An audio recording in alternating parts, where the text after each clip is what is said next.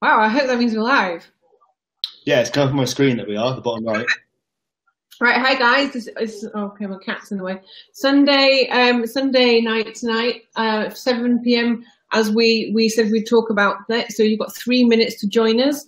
This is my fabulous, fantastic friend Dan, or Healthy Type 1, as he's known on Twitter. He's been featured in various different newspapers, national ones, and we're going to talk about diabetes.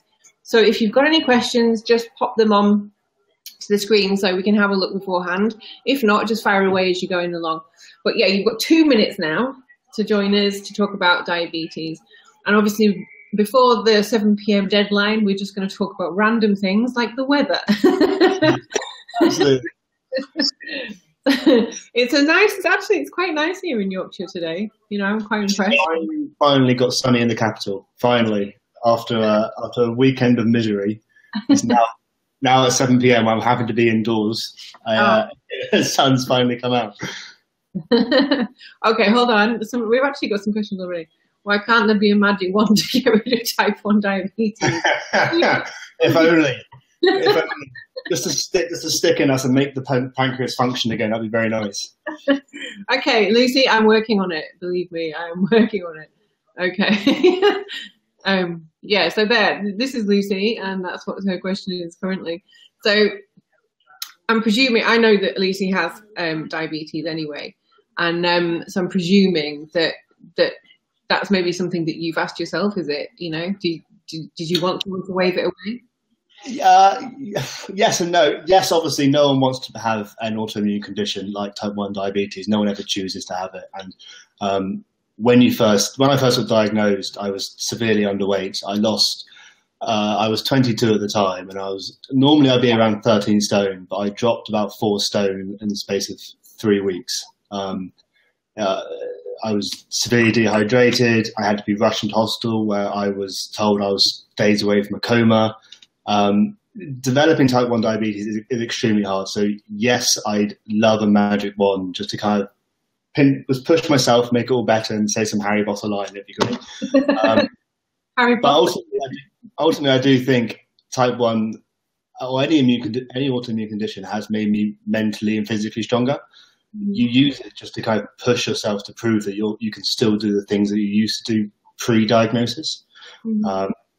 Since I've been diagnosed, I've run half marathons, not a tough mudder. I'm far healthier now in my diet and my training than I used to be, and mentally I'm stronger. So I am, in a weird way, grateful for the diagnosis, because it's made me kind of, stronger in a way, even though part of an organ of mine is dead. But that makes sense. That makes sense, because I'm grateful for having breast cancer because of the same thing. I've got lots of things have happened. In actual fact, are quite positive, which people don't associate when you have a diagnosis like that. But I think the other thing that you said there was interesting, because most people associate diabetes with weight gain, and obviously there is a difference between type 1 and type 2, and medically, diabetes was always described as a wasting condition. So you were normally, weight loss was the prime kind of indication that that's what was happening. I mean, when I've read all the medical books, obviously for my degree, that was one of the key things. I think now the type 2 with the weight gain is a new phenomena. The old books never mentioned anything like that. No, so it's especially so the difference between type 1 and type 2 diabetes. Type 1 is an autoimmune condition or disease, depending on your outlook on life. I go with condition, where your body essentially attacks itself and destroys the insulin-making cells in the body. There's no cure. There's no way to reverse it. I will have this now for the rest of my life. Type 2 diabetes is usually more a lifestyle induced condition, either through the Western diet now, which can see a lot of overeating, where people gain weight, or it's stress induced, either via lifestyle induced stress, like losing a job, or just various lifestyle stress, like money or other issues, or pregnancy. A lot of women, when they're pregnant get type 2 diabetes, and that's a temporary, normally like 3 or 4 months, or just past them giving birth, they normally get rid of it. But type 2 diabetics now account for 90% of all diabetics in the world. I think it is in 20 or 30 years' time, 1 in 3 people will have diabetes. So yeah, scary fact. That is a very scary fact. It is extremely scary, and I think there's in the UK, I think there's 1 million people walking around who don't know they have type 2 diabetes. Due to the fact that if you are overweight and you don't live a very active and healthy lifestyle, you don't feel great most of the time. And type 2 diabetes, when it's onset, just makes that so much worse. But if you're feeling rubbish, you're not going to notice that you're feeling more rubbish, if that makes sense. Yeah. So, and it's because there's not a lot of, because there's not a huge amount of education out there normally on diabetes. People see it as, it's just the fat disease. I use that very in massively inverted commas. Not a lot of people know the signs to look out for. So, like you say, nowadays it is the weight gain disease, whereas 20 or 30 or 40 years ago, where it was type 1, which was the most common one, it was the weight loss disease. So, yeah, we're starting to see a change in attitudes and who has which type 1. Yeah. Okay. So do you, from being diagnosed with type 1, what kind of support and help did you have? So I was very lucky. My girlfriend at the time, who went on together, her dad was a GP, and he instantly recognised the symptoms when I told him that I was experiencing. So I was in steroids at the time for ulcerative colitis. So I thought there was a side effect of that. So he recognised the symptoms straight away, and that was one area of support because I could always ask him questions. My dad as well. He's also a type 1 diabetic. He was diagnosed 10 years ago now. Yeah, just over 10 years ago. So I had a wealth of information there to be able to talk to him. And at the time I was living in Aylesbury, which is in Buckinghamshire, which is just north of London. And the Stoke Mandeville hospital I had there had a fantastic diabetes team there. So they had a specialist, I could ask lots of questions, and a dietitian who I could talk about lots of things in nutrition. And she gave me a lot of advice on carb counting and how to build a really good plate of food. And since then, the online community for diabetes is actually really fantastic. On Twitter, the hashtag DOC, you could talk to thousands and thousands of people with the same condition, because there's not a lot of people my age who I knew had diabetes. In fact, I still know maybe a handful of people personally who have it, but being able to access the internet and talk to people online, that support system is immensely valuable. It's something I couldn't do without now. So being able to ask questions, people who had that experience, because type 1 diabetes can come on when you're really young, say 2 or 3. It can come on where I was at 22. It can happen at 50 or 60 years old.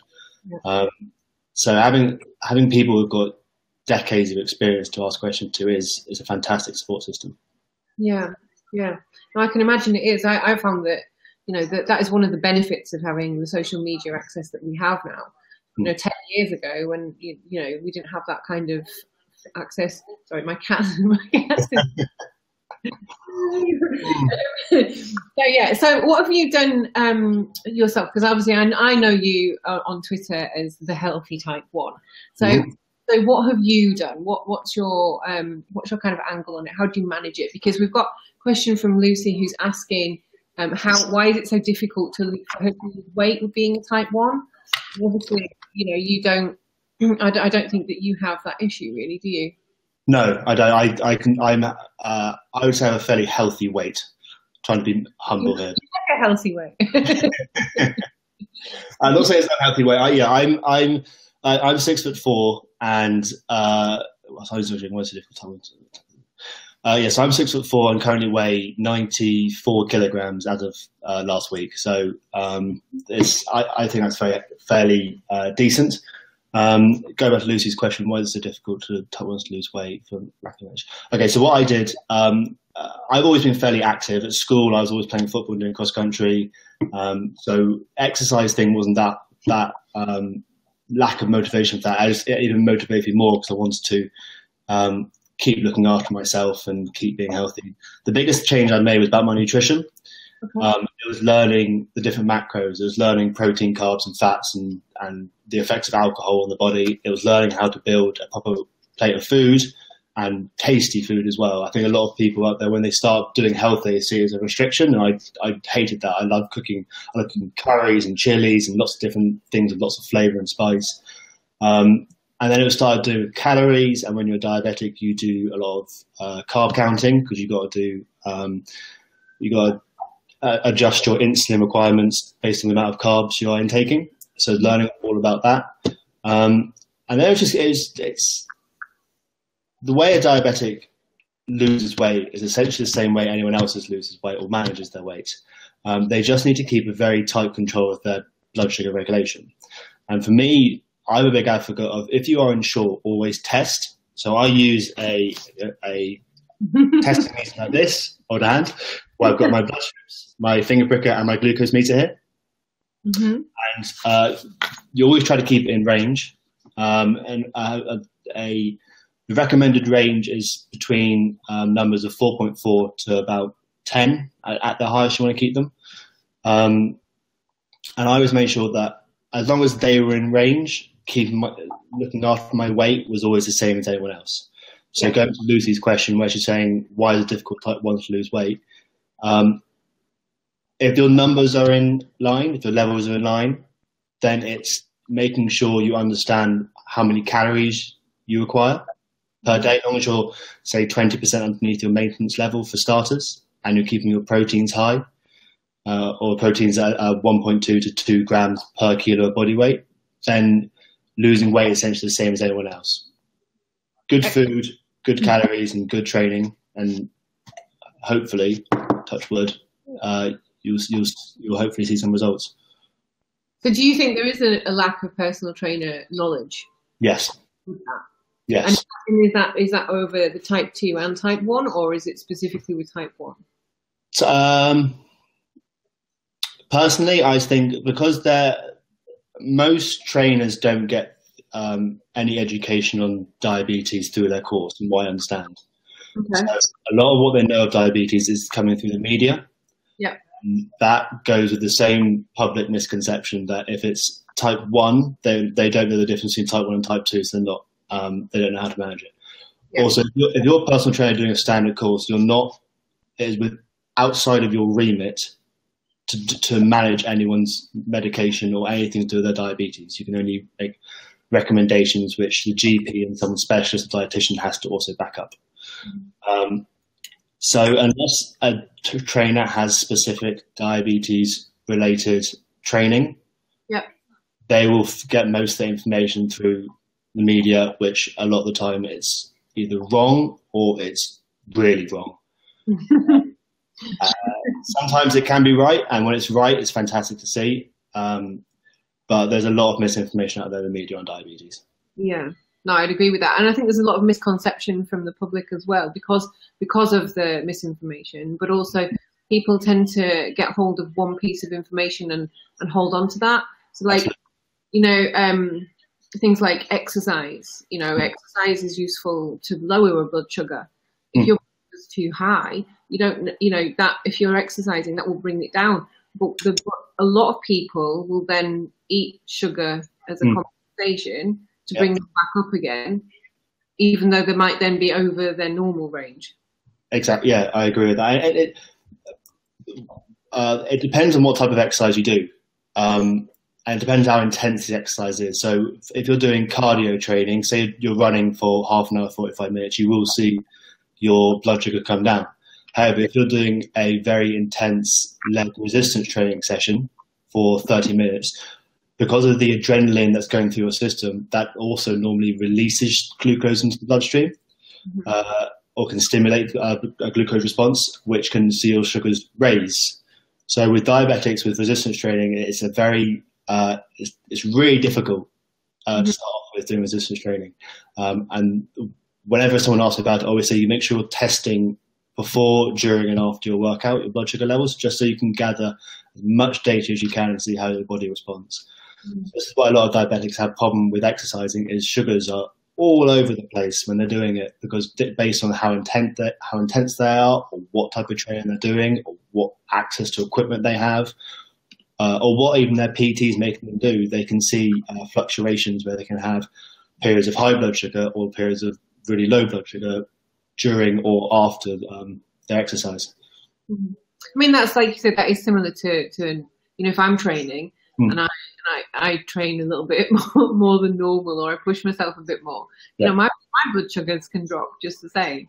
Or, I mean, I wouldn't get the increase because obviously I don't have that problem, but my blood sugars can drop and I can feel a little bit dodgy. But if you're in any doubt about whether you have diabetes, or somebody might have diabetes, it's quite easy to go and get tested. We've got a question here from a chap called Jacob, and he wants to know if it's easy to be tested for diabetes for either type 1 or type 2.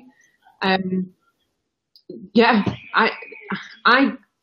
I don't know, but how easy was it for you to get tested? How easy if you're going to be tested for either type diabetes the first time? I have a friend that I think will possibly have it. But to be tested for type 2 is actually very easy. You can go into a Boots chemist most of the time, a big branch, and they can test you right there and then. And I think the results come back within a few days. Mm-hmm. Type 1's longer and trickier. That does require going to a GP and getting a referral and blood tests being taken. That can take 2 weeks. That requires an actual referral.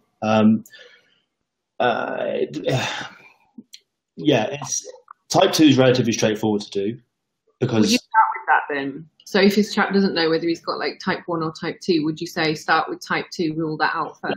It depends on his friend's lifestyle. If he thinks it's a type 2 thing, then yes, go to the chemist, go to Boots, go to your doctor, book an appointment. That's relatively straightforward. Type 1 takes a little bit longer, but it's still a relatively straightforward test. It's just taking more bloods. It can ring to the doctor and say to the receptionist or whoever, think me or my friend might have diabetes, I want to come in for a test. It's a very, very straightforward test to do. And the main thing is to go get it done. Absolutely. Don't worry about it. If you're type 2, it can be managed very, very well. It can even be reversed, so the symptoms are minimal. Mm-hmm. And type 1, it can be very scary to begin with, but I know plenty of people who have made their lifestyle so much better because of it, on the back of it. So it's just don't. If you don't get it tested and you are diabetic, it can be life-threatening. I was, like I said earlier, I was 3 days away from slipping into a diabetic coma, and that could have been really life-threatening. If you're even worried about it, it's a very straightforward test. It's very minimal. It's just taking some bloods. It's very straightforward. And it's better to get tested and peace of mind, whether you have or you haven't. If you haven't got it, it doesn't matter, does it? You just get that test if you're. Get the test. It's better knowing than not knowing. If you know, you can deal with it. If you don't know, you're just living in fear. And I mean, type 1 obviously has connotations, like you said, with you were 3 days away from being in a coma, which can happen with type 2 when it's left a long, long time undiagnosed and untreated. Yes. I've seen that myself with family member who was, by the time they actually went to the hospital in the end, their blood sugars was up at 40. Wow. I mean, but it had been left for such a long time, and the symptoms had been, they were checked for all sorts of other things before diabetes was even considered.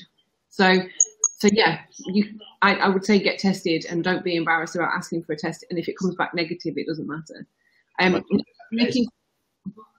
Nikki's asked, she said type 1. Some things like the stress in the supermarket lighting even affects her. Have you heard of that? Not supermarket lighting. Maybe it's little. It depends. So many things that can affect my level of stress. Stress is a major one. Stress can cause havoc with the blood sugars, whether you're stressed at work or just lifestyle stress or financial stress, mental stress, physical stress. That can play havoc with the blood sugars as well. So stress management is something I'm a big advocate on. Whether it be meditation or just taking some time out to read a book or going for a walk. managing your stress levels is very helpful with diabetic management. Do you personally for that? Do you do any mindfulness or anything? Or do you do yoga? I should do more yoga because I'm starting to get a little bit older, so I'm starting to get more aches and pains now for all the sport I've been doing since I've been 6 years old. I do stretching. I do something called ROMWOD, which is an American kind of mobility and foam rolling and stretching exercises. Before my workouts, that's like 15 minutes of stretching. That's kind of my relaxing time. If not, just watching TV or reading a book before bed, just kind of switching off from the world and just kind of going, right, this is my hour in the day just to do me, just to relax. And forget about work, forget about everything else that's going on. Do you have time off from social media as well? Because I know that a lot of people suggest that can be so stressful. They kind of get involved with it and end up talking to people at 1 o'clock in the morning. And my phone is off at 10 o'clock. 10 o'clock. 10 o'clock at night, my phone's off. Nothing is that urgent unless, if it is that, thankfully nothing as urgent has happened since I've started doing it. But anything else I'm normally up at 5 a.m. anyway, so anything that's happening during the night I can deal with early. But yeah, 10 o'clock, phone's off, go to bed, getting a good night's sleep so I haven't got blue lights affecting my brain while I go to sleep and causing bad.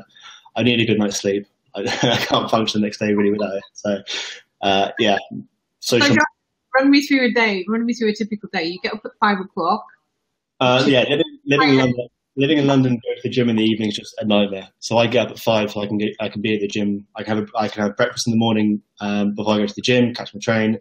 I'm in the gym by 6 for an hour's exercise, stretching, a bit of cardio, and then I'm in work normally for 7:45, 8 o'clock. By day, I'm a structural engineer in London, so at the moment we're pretty busy in the capital. And then it's a normal office job. It's from 8 till 5:30, 6 o'clock. And then when I'm home, it's doing some social media stuff. It's stuff on the blog. It's writing articles for guest bloggers or companies that want to expand their diabetic knowledge.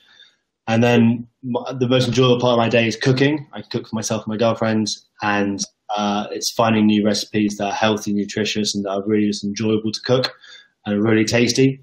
That's our and my times to kind of, again, to switch off from the world. And that's a really enjoyable part of my day because I love my food. I think food's an amazingly powerful tool. So having tasty food is a vital part of my day.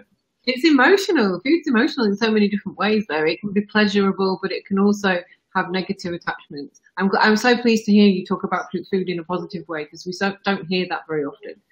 Do you prep all of your meals? Pretty much, yeah. So in the morning, I have my oats that are soaked overnight, and then lunch is normally leftovers from the night before. I make sure I make an extra portion for myself at night, so I'm in complete control of what is in my food at all times. It's really important for anyone who's looking after their health and is body composition or health conscious, is to prepare food as much as you can. That way I'm not going to the shops and picking up a sandwich or anything, or anything that's not optimal. I have complete control of my proteins, my vegetables, everything. So, yes.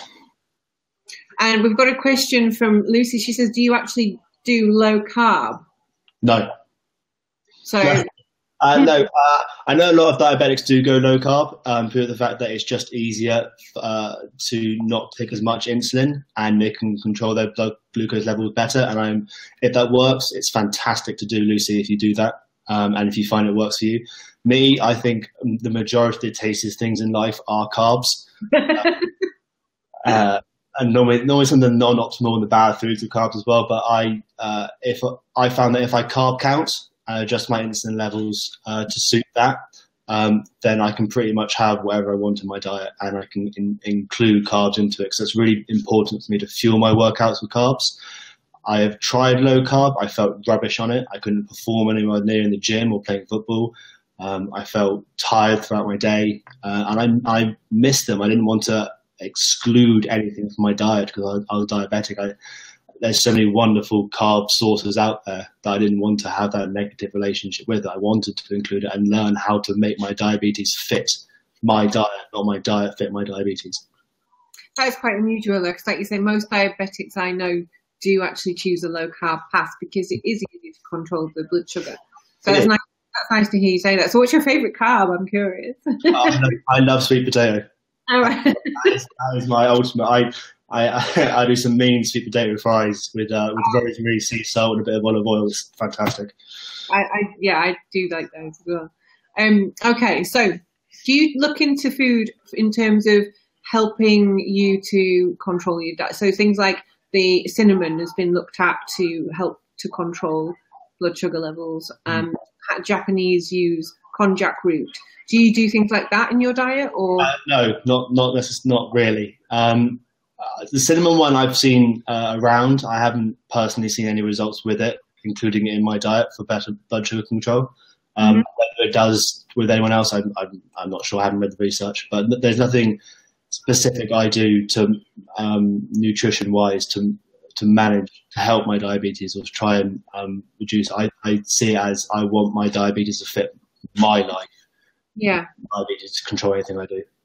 Okay. Then how does your dad getting on with his diabetes? He's doing very well. He has the opposite mindset to what I have. So he's very healthy as well. He's slimmer than I am, but he walks 3 miles every day. His blood tests are always fantastically positive, but he controls, he manages his food based on what he will always have a certain set amount of insulin every single meal. That will not change from now until he's told to by his doctors. So he makes his diet fit his diabetes, but it works for him. He goes relatively low carb, and he's seen fantastic results doing that way, but that's just his mindset with it. Do you think that's because the type of training you're doing is so different? Because obviously our lifestyles are different. Yeah, a 3-mile walk doesn't require the same kind of energy sources as smashing it in the gym like you do. No, it doesn't. Yeah, I require more fuel to do the type of training I do and to live the lifestyle. I lead a much more active lifestyle than he does. So yeah, that's probably one of the reasons he doesn't eat as much, because he hasn't got the fuel as much. And he's 56, 57 years old now. He doesn't need the fuel that he was used to when he was my age. So that's probably the reason why he has the lifestyle he does, nutrition and diabetes wise. Okay. So if you were going to give somebody some an amazing piece of advice, if they've just been diagnosed as type 1 or type 2, what would that be? What would you say to them? The biggest piece of advice I normally give is, like I said this earlier, if you are unsure in any way, test yourself, test your blood sugars, gather as much information as you can with your diabetes, because the more information you have, even if you start off and you're struggling, you will start to see patterns based on what you're doing throughout your day, what you're eating, how you're exercising, how your stress levels are. When I first started out, I had an A4 book of everything I did. And even though at the time it's laborious and it can be frustrating, it undoubtedly helped me, because the foundations are always key. And even when I'm struggling now, if I ever have a few weeks where my sugars aren't fantastic, I will go right back to basics and I'll start writing everything down again. So the biggest piece of advice to give to anyone who's new is just gather as much data as you can. Get a notebook. There you go. A notebook. And you're not sponsored by any particular notebook? No sponsorship at all. Okay, so if you were looking for recipes, where would you look? Because I know where I go for my recipes. Well, I put a few up on my site, thehealthydiabetic.co.uk, which is a shameless plug. I'll put it there. Okay, wait a minute. Try and type that on. Hold on. I use there's an American cook via his website, Fit Men Cook. He does a lot of fantastically tasty recipes with lots of spice and lots of flavour. What have I got here? Jamie Oliver's a really good one. Actually, even though some of his meals aren't particularly healthy, you can adjust them to make them healthier. Who do I have next to me? The Thug Kitchen. Thug Kitchen's a really good vegan cookbook, which has loads of vegetables in it, which is great for anyone looking to improve their health, whether you're vegan or not, which I'm not. But I take that and I add some. It's thehealthydiabetic.co.uk. I'm trying to write it, but but there's a lot of Instagrammers like Joe Wicks, the body coach. It's Sanna Van Dyke. It's Clean Eating Alice. Take a lot of inspiration from what they do. Apart from that, normally it's me going to the supermarket and just finding ingredients that I think will work together. I've got a huge spice collection in my cupboard, and then it's going to the supermarket, just finding things I like to eat, like loads of vegetables. I always make sure I have lots of vegetables in my diet, and then it's always a good protein source like chicken or steak, and then a carb of what I like sweet potato. And normally sometimes just throwing stuff together and see what works, and experimenting. But getting really good cookbooks is a great start if you're looking to do improve your nutrition. So you've mentioned like Joe Wicks, the HIIT guru, I think. Everyone knows him as Lean in 15, don't they? There's a lot of reason. I watched a television program. I think it was the BBC that did it. I'm not quite sure, but they were showing how 5 or 10 minutes of the high intensity interval training can just lower your blood sugars if you are diabetic.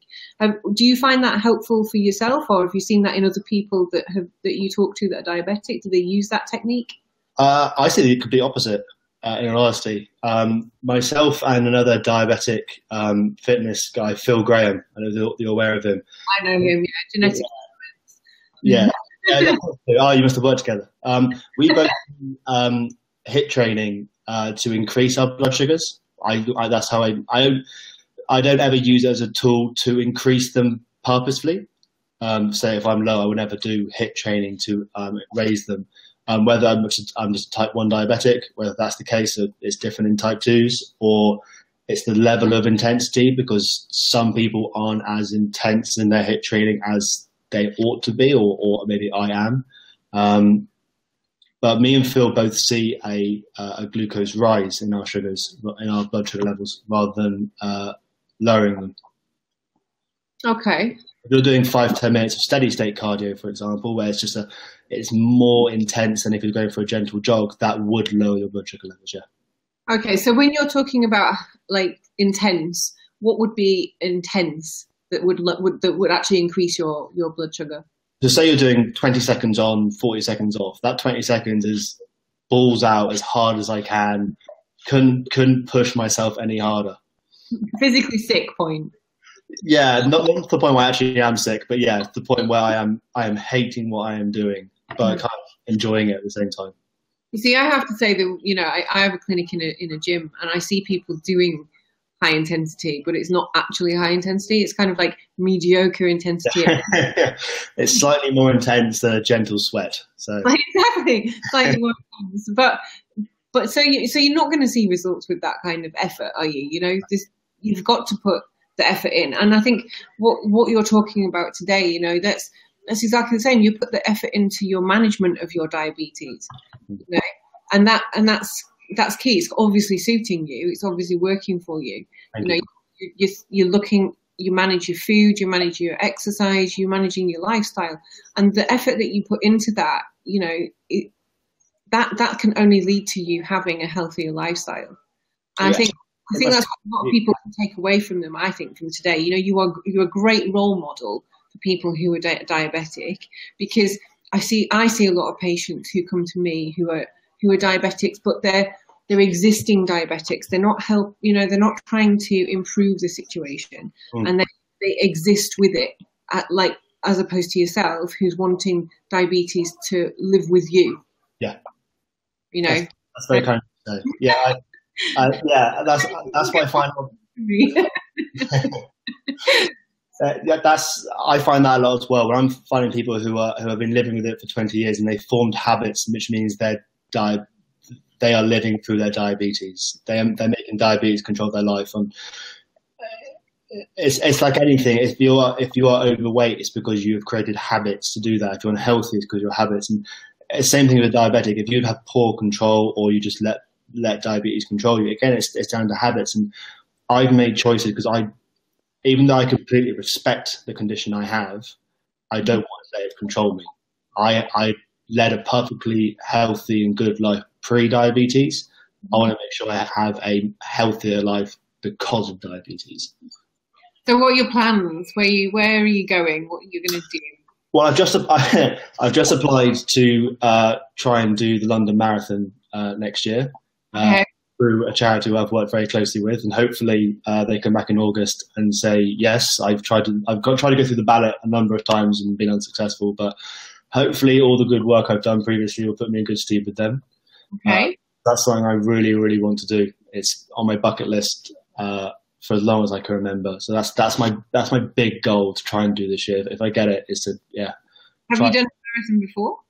I've done a few half marathons before throughout London and down in the south. My best time was 1:37, so I was very happy with that, and that was a big achievement for me doing those kind of things, just to show that, because beforehand I couldn't do that. Before diabetes, I couldn't do those kind of things. So to do it post diabetes and kind of show myself that I could still do those kind of things and push myself even more was a really cool thing to do. So the next level would be London Marathon. That's the really big one for me. Okay, well, we'll come watch you do that. Do a Facebook Live throughout the entire course. Oh yeah, I can do that. I'm going to run with you. That's not right. Absolutely. No. If you run backwards, you can film me the entire way. Facebook Live the entire way. Yeah. What about you? What goals you got coming up? Me? Well, I don't really know. I'm just kind of like going from day to day at the minute. I have a couple of things in the pipeline to do with my my cancer that I had in 2015. So I've got a couple of projects, maybe a couple of business ventures, but they're kind of like the prototype area. So I've been asked to do the pre. Well, when I told somebody, they thought I was going to be like Mr. Motivator. I've been asked to talk pre-Race for Life in the Cancer Research Huddersfield. Right. So I might actually turn into Mr. Motivator. That's awesome. And make everything. Bar jumps and do like a mad warm up or something. So there's lots of things happening. It's good. It is good. But I'm just hoping, what I'd like to do is just, use my blog as a platform to reach out to people, because it has so many avenues on there. I do different varied. It's not just one subject; it's different varied subjects, and I think that's good for people to access. But I would like you to put something. I think if you did a blog for my website, that would be great as well. Because of course, I'd be delighted to, and vice versa. I think it's fantastic what you do. Personal kind of input as well is paramount. So I don't think there's anybody else. Bless her. There's somebody just put I will be fab. Yeah, I will be fab. I completely agree with Nicki. Thank you, Nicki. So I don't know that anybody's got any more questions, because there's nothing coming up on my screen. I don't know if you can see anything. No, nothing. Is there anything else that you want to say or add? I think the biggest thing I have with diabetes, it kind of relates to that as well, looking after your health. When people first get diagnosed, they want to change their world very quickly. They want to try and beat it within days and weeks. With type 1 diabetes, this is a lifelong condition. And for example, if you're building a house, the foundation is always the most important thing. So starting off small and gathering as much information as you can and learning the basics is the most important thing you can do as a diabetic. Learning how to take your insulin correctly, learn the importance of good nutrition, how exercise can help, dealing with stress management. These are all things that take weeks, months, and years to learn, but time is a fantastic tool. And each and every week you'll get a little bit better, and all those little bits do add up. So if a lot of what I put out there in my blog, I aim towards newly diabetics, because that's why I feel they need almost the most help, because they have the least experience. And I'm always like, just take your time. It's scary, but in 5 years' time, like I am now, you'll be in a much, much better position to deal with it, as long as you don't hurry this and get too stressed out. It is a time process thing, but once you do learn how to live with it, it needn't be a negative thing in your life. If anything, for me, it's a positive one. Excellent. And obviously, you know, when you're running the London Marathon, you can have that slogan on your T-shirt. yeah, take your time, absolutely. Okay. Well, unless anyone else has anything like absolutely pressing, somebody put there, being able to reset yourself is a good thing. Absolutely. Absolutely, yeah. Yeah. If anyone hasn't anything else, if you've got anything pressing and you haven't actually said on here today, then don't forget you can contact either of us through Facebook or visit thehealthydiabetic.co.uk, and I'm sure you can have any questions that you have answered. So thank you very much for talking to us. It's been really, really interesting, and like I said, you are a role model, and I think that people will have learned an awful lot from tonight. So yeah, maybe we should do another one in a few weeks. Absolutely, I agree. It's been really good fun. Okay. I really appreciate it. All right. Okay, so thank you.